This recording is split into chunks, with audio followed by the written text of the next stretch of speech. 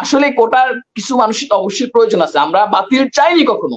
আবার উনি কি করলেন, অর্ধেক অর্থাৎ প্রথম ও দ্বিতীয় শ্রেণীর ক্ষেত্রে, তৃতীয় চতুর্থ শ্রেণীর যে ক্ষেত্রে কোটা সেই বহালই থাকলো, অর্থাৎ যেখানে দেখা যায় যে 100% উপরে কোটা থেকে যায়, এমন এমন মানে নিয়োগ হয় যেগুলো আপনারা শুনলে আশ্চর্যান্বিত হয়ে যাবেন যে আসলে কি এমন হয়।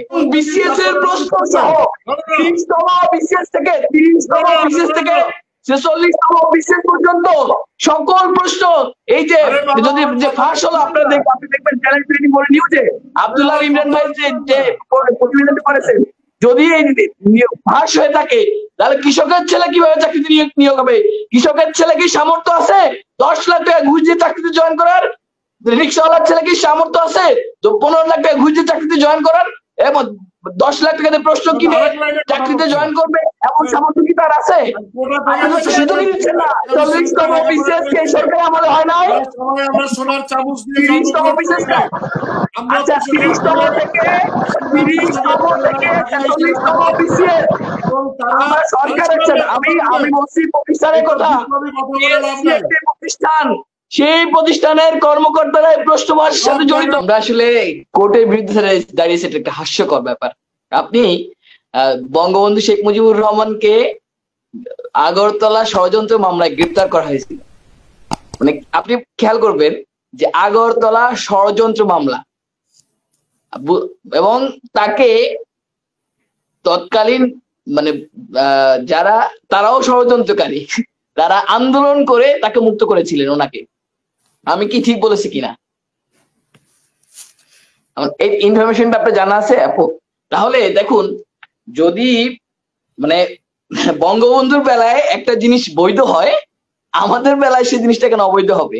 আমাদের বেলায় কেন ষড়যন্ত্র খোঁজা হবে? আমরা আন্দোলন করছি একটা ন্যায্যতা দাবি নিয়ে, একটি এমন রাষ্ট্র প্রতিষ্ঠার জন্য যে রাষ্ট্র সাম্যের ভিত্তিতে চলবে, এই দাবি নিয়ে আমরা আন্দোলন করছি। আমাদেরকে যদি আপনারা ষড়যন্ত্রকারী বলেন, আমাদের যদি বলেন যে মানে কোনো জায়গা থেকে মানে আমাদের মধ্যে যদি আপনারা ষড়যন্ত্র খুঁজেন, আমরা যে দাবিগুলো করছি, আমরা যে কথাগুলো বলছি, এর মধ্যে কি আপনারা ষড়যন্ত্রের গন্ধ পাচ্ছেন? আমার প্রশ্ন এখানে যে আমরা কি অযৌক্তিক কোনো কথা বলছি?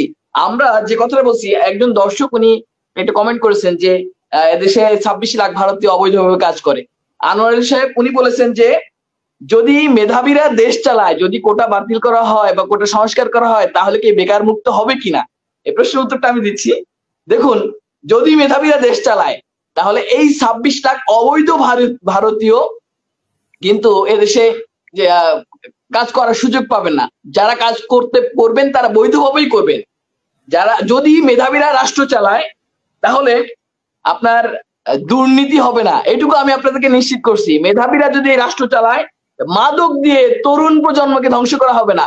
যদি মেধাবীরা দেশ চালায় তাহলে ঘুষ বাণিজ্যের এই অবাধ প্রচলন হবে না, এটুকু আমি আপনাদেরকে নিশ্চিত করছি। মেধাবীরা এই রাষ্ট্রটাকে ভালোবাসে, এই রাষ্ট্রকে তাদের সর্বোচ্চটা দিতে চায় এই রাষ্ট্রের জন্য, কারণ আমাদের প্রত্যেকের দায় আছে। কারণ এদেশের কৃষক মজুর খেটে খাওয়া মানুষের পয়সায় আমরা কলেজ বিশ্ববিদ্যালয় থেকে পড়াশোনা করেছি, এই মানুষগুলোর প্রতি আমাদের দায় আছে, তাদের সন্তান সন্ততিদের প্রতি আমাদের দায় আছে। আমরা এই দায় মুক্ত হওয়ার জন্য হলো এই রাষ্ট্রকে একটি মানে সাম্যের রাষ্ট্র গঠন করতে আমরা বদ্ধপরিকর।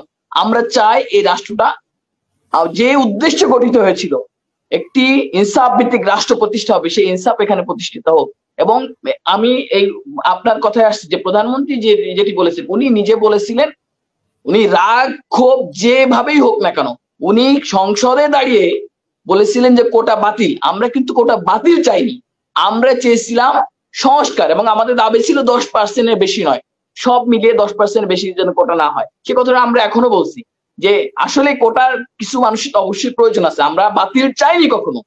আবার উনি কি করলেন, অর্ধেক অর্থাৎ প্রথম ও দ্বিতীয় শ্রেণীর ক্ষেত্রে, তৃতীয় চতুর্থ শ্রেণীর যে ক্ষেত্রে কোটা সেই বহালই থাকলো, অর্থাৎ যেখানে দেখা যায় যে 100%-এর উপরে কোটা থেকে যায়, এমন এমন মানে নিয়োগ হয় যেগুলো আপনারা শুনলে আশ্চর্যান্বিত হয়ে যাবেন যে আসলে কি এমন হয়।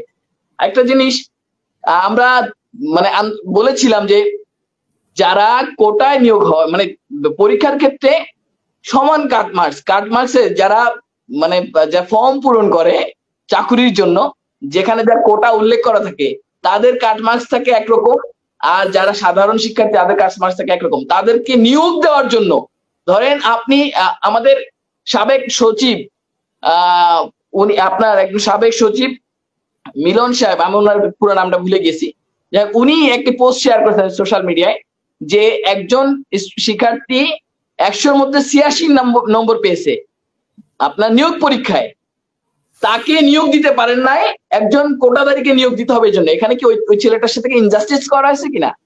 যদি মানে যদি রাষ্ট্র গঠনের পূর্ব শর্তই ছিল ইনসাফ ভিত্তিক রাষ্ট্র প্রতিষ্ঠা হবে, সেখানে তাহলে আমি তো আমার এই দেশের একজন নাগরিককে আমি অধিকার থেকে বঞ্চিত করলাম, আমি অন্যায় করলাম তার সাথে, তাকে এই দেশ ছাড়তে বাধ্য করলাম, এই দেশ ছেড়ে সে চলে যাবে, মেধা পাচার হবে।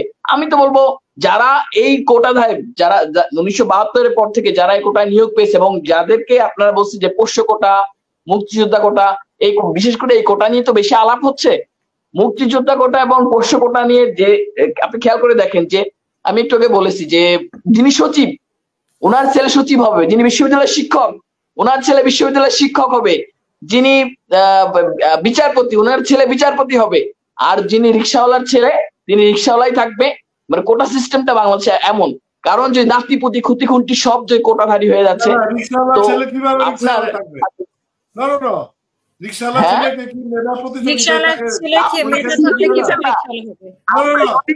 এরকম অভাব থাকে, যদি 96% কোটা থাকে, 82% কোটা থাকে, 56% কোটা থাকে এবং বিসিএস এর প্রশ্ন সহ 30তম বিসিএস থেকে 30তম বিসিএস থেকে 46তম বিসিএস পর্যন্ত সকল প্রশ্ন এই যে যদি যে ফাঁস হলো আপনারা আপনি দেখবেন চ্যালেঞ্জ ট্রেনিং করে নিউজে আব্দুল্লাহ ইমরান ভাই যে প্রতিবেদন করেছেন, যদি এই ফাঁস হয়ে থাকে তাহলে কৃষকের ছেলে কিভাবে চাকরিতে নিয়োগ হবে?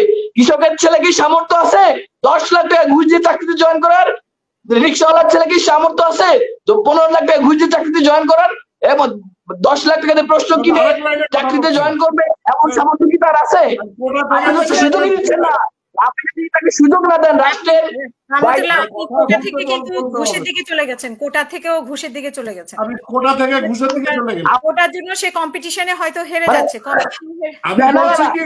এভাবে মেধাবীরা এভাবে যারা মেধা নিয়োগের সুযোগ পাচ্ছে না তারা এবং পিছনের দরজা দিয়ে এভাবে নিয়োগ পাচ্ছে। আমি সেটা বলছি যে কৃষকের ছেলে কিভাবে নিয়োগ পাবে, রিক্সাওয়ালার ছেলে কিভাবে নিয়োগ পাবে, দিনমজুরের ছেলে কিভাবে নিয়োগ পাবে, কারণ তাকে সে নিয়োগ পাওয়ার জন্য তার সব রাস্তা বন্ধ করে দেওয়া হচ্ছে। কথা বলেন না, আনোয়ারুল ইসলাম মনে যেটা বুঝাতে চাইছে একদিকে কোটা আরেকদিকে দুর্নীতি, দুর্নীতি বলতে ঘুষের মাধ্যমে চাকরি। তো বাকি আছে কথা হলো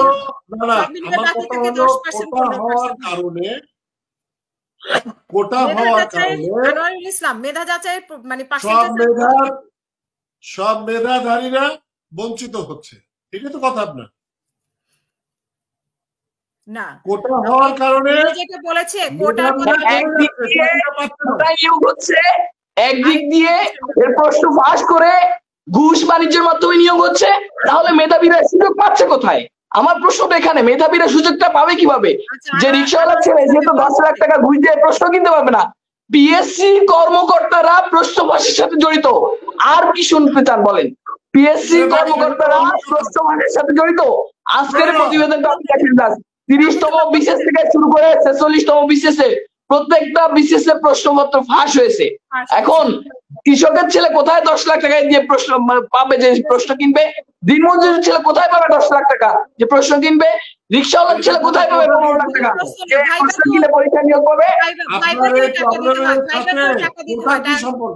হ্যাঁ, ভাইবাতেও ঘুষ দিতে হয় আনোয়ারুল ইসলাম, শুধু প্রশ্নের জন্য টাকা। আরে বাবা, কোটার কি সম্পর্ক? আমি সেটা বলছি।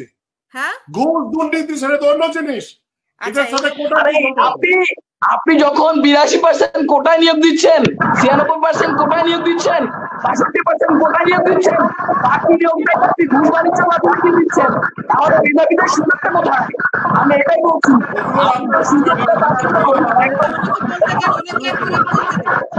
আমাদের এখানে দুর্নীতির মধ্যে প্রত্যেকটা সঞ্জিতা আপনার এখানে দেওয়া হয়,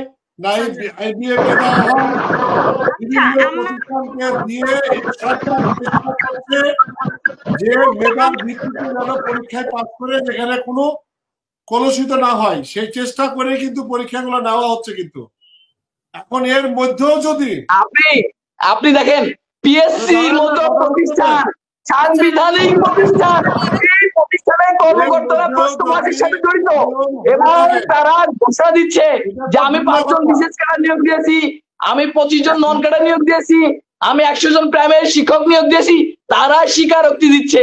এবং এই প্রতিবেদনটা আপনি দেখতে পাবেন যে চ্যানেল 24 এর নিউজ, মানে আপনি যদি দেখেন ইউটিউব চ্যানেলে গিয়ে দেখেন, তাদের সোশ্যাল মিডিয়াতে গিয়ে দেখেন, আগামীকালকে সংবাদপত্র পত্রিকা দেখেন, যে সাধারণ শিক্ষার্থীদের জন্য, কৃষকের সন্তানের জন্য, দিনমজুরের সন্তানের জন্য কোন সুযোগ কি আছে চাকরিতে জয়েন করার?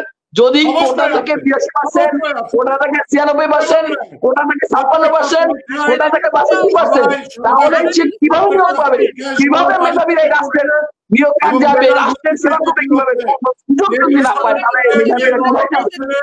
এই সরকারের আমলে এই সব নাই, এসব কথা বলে লাভ নাই। কে কৃষকের ছেলে? আমরা যারা ছেচল্লিশতম বিশেষ কে সরকার আমলে হয় নাই? সবাই আমরা সোনার চামচ দিয়ে 30তম বিশেষ কে? আচ্ছা 30তম থেকে 46তম বিশেষ আমরা সরকার আছেন। আমি বলছি প্রতিষ্ঠানের কথা, প্রতিষ্ঠান, সেই প্রতিষ্ঠানের কর্মকর্তারা এই প্রশ্নবাচের সাথে জড়িত। ব্যতিক্রম আছে, সব জায়গাতেই ব্যতিক্রম আছে। ঢাকা বিশ্ববিদ্যালয়ের সব ছেলেরাই সোনার চামচ দিয়ে জন্মগ্রহণ করে নাই। আমরা কৃষকের ছেলে ঢাকায় এসে লেখাপড়া করেছি এবং ম্যাক্সিমাম খালি গুলশান আর বনানীর ছেলেরা গাড়ি হাঁকিয়ে ঢাকা বিশ্ববিদ্যালয়ে আসে না। এখানে কৃষকের ছেলে আছে, রিক্সাওয়ালার ছেলে আছে এবং তারা বিশেষ দেখছে খাওয়া জুটে না, সে বিশেষ ক্যাডার হয়ে জয়েন করছে। এরকম অনেক আলোকিত গল্প কিন্তু আমরা এখনো শুনি।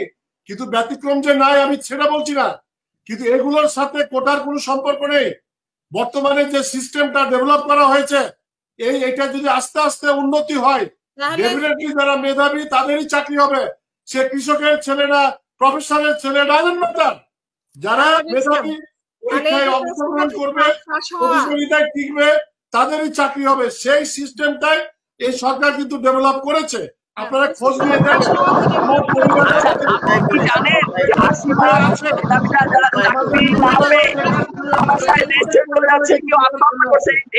আপনার কাছে আছে? এবং আপনি 100 জন বিশ্ববিদ্যালয় স্টুডেন্টদের মধ্যে একজন চাকরি পাচ্ছে, সেটা কেউ এক্সাম্পল হিসেবে উদাহরণ করে দিতে পারেন না। কারণ যে বললাম যে আপনি কোটা দিয়ে রেখেছেন 96%, সেখানে আবার আপনার সাথে তো এই জায়গাতে আমি একমত।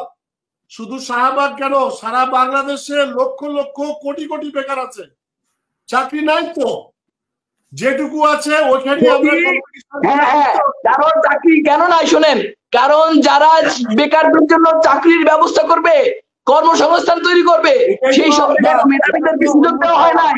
সেই সব জায়গায় কোটাধারীরা, যারা পিছনের যে রাস্তা দিয়ে ঘুষ বাণিজ্য করে আসছে, কোটাধারীরা আসছে।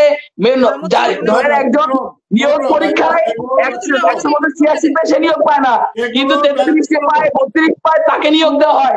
অর্থাৎ মেধাবীরা যখন রাষ্ট্র পরিচালনার সুযোগ পাবে, মেধাবীরাই এই দেশের সন্তানদের জন্য, বেকারদের জন্য কর্মসংস্থান তৈরির ব্যবস্থা করবে।